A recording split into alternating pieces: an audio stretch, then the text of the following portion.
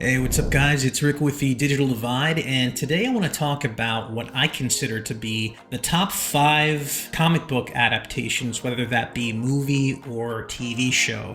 Again, this is all subjective, it's just my personal opinion. You may or may not agree with it. I just want to highlight some of these, and a lot of these, surprisingly, are not made by Marvel Studios proper.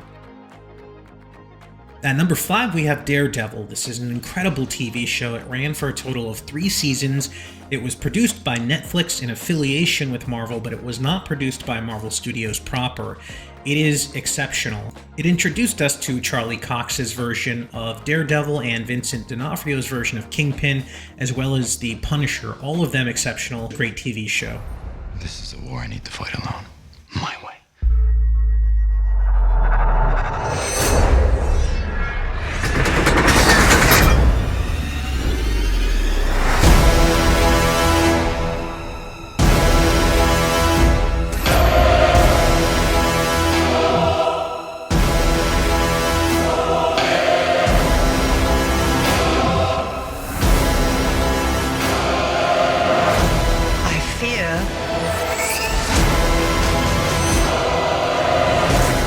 That the path we've chosen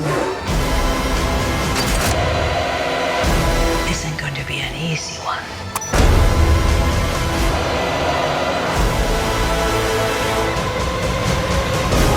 The battle has begun, Matthew.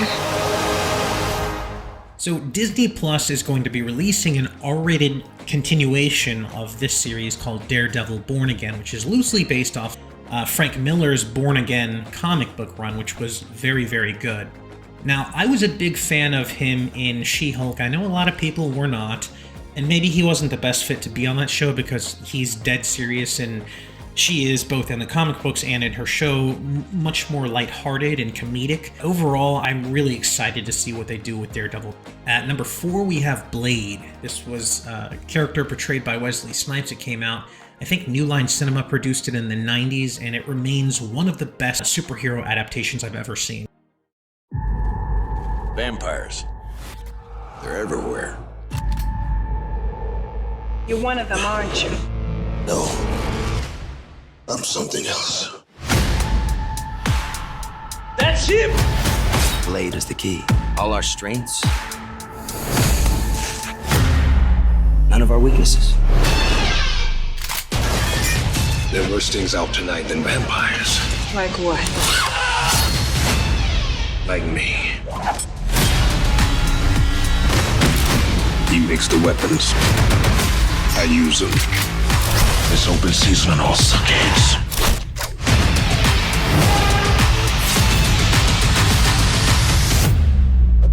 Let's do this. Now, there was a sequel, Blade 2, which was also very, very good, although a little bit over the top in my opinion. This was directed by Guillermo del Toro and was exceptional. There was another sequel after this called Blade Trinity, which was horrible. I highly recommend that you do not watch that because it will sour your taste on these movies as a whole. But Blade 1 is incredible, and Blade 2 is pretty good as well. Highly recommend watching those. At number 3, we have The Dark Knight. This was an incredible movie directed by Christopher Nolan, who's one of my favorite directors. Although I do prefer Michael Keaton's version of Batman, specifically the '89 version Batman, there's no denying that this is one of the most influential comic book movies ever made. You've changed things. Forever. They need you right now. When they don't, they'll cast you out. To them, you're just a freak. Like me. What do we got? Nothing. No name, no other alias. Nothing in his pockets but knives and lint. How about a magic trick? I'm gonna make this pencil disappear. Ta-da! It's gone. I knew the mob wouldn't go down without a fight, but this is different. Crossed the line. You crossed the line first, so you hammered him to the point of desperation. And in their desperation, they turned to a man they didn't fully understand. Starting tonight, people will die. And here we go. When the chips are down, these civilized people, they'll eat each other. I have enough blood on my hands. And I've seen now what I would have to become to stop men like him. You either die a hero, or you live long enough to see yourself become the villain.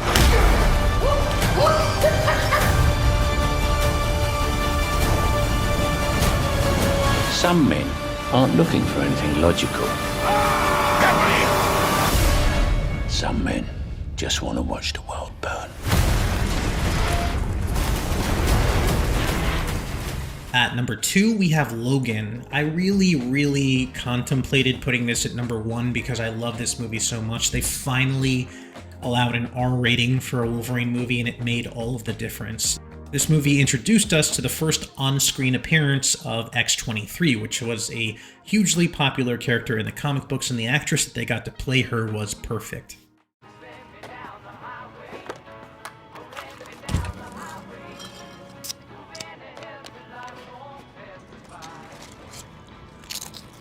Hello? You know you gotta pay for that, right? Hey, come on. Not okay.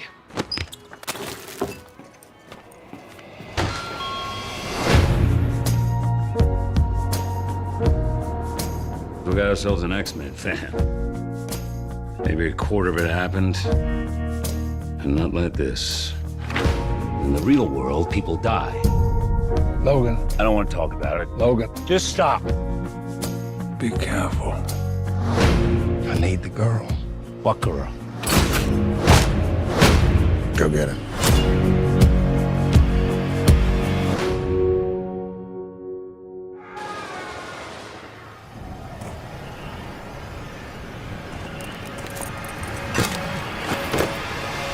No. No. No.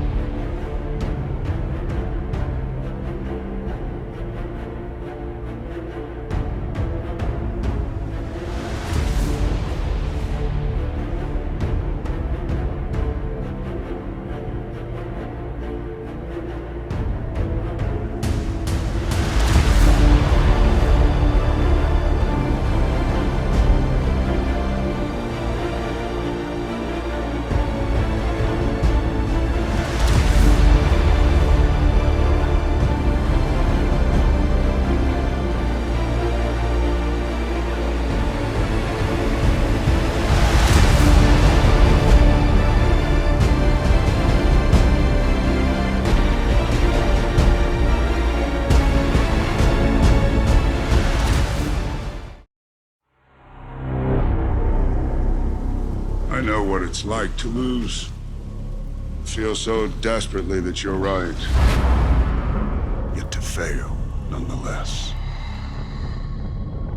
Dread it, run from it, destiny arrives all the same.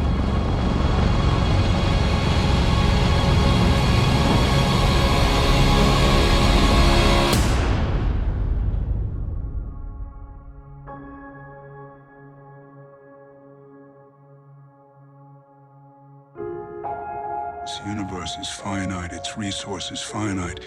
If life is left unchecked, life will face extinction. With all 6 stones, I could simply snap my fingers.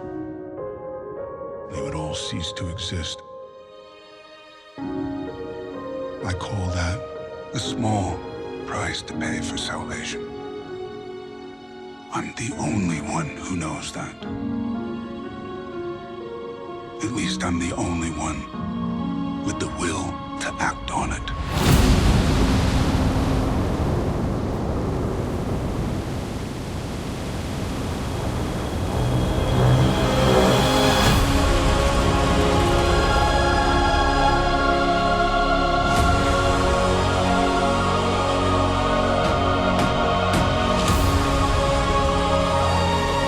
know it feels like all hope is lost. But together, we can kill Thanos.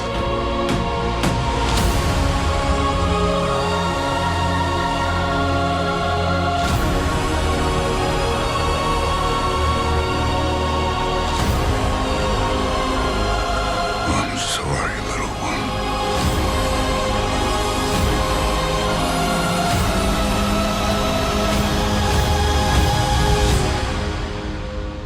What did it cost? Everything.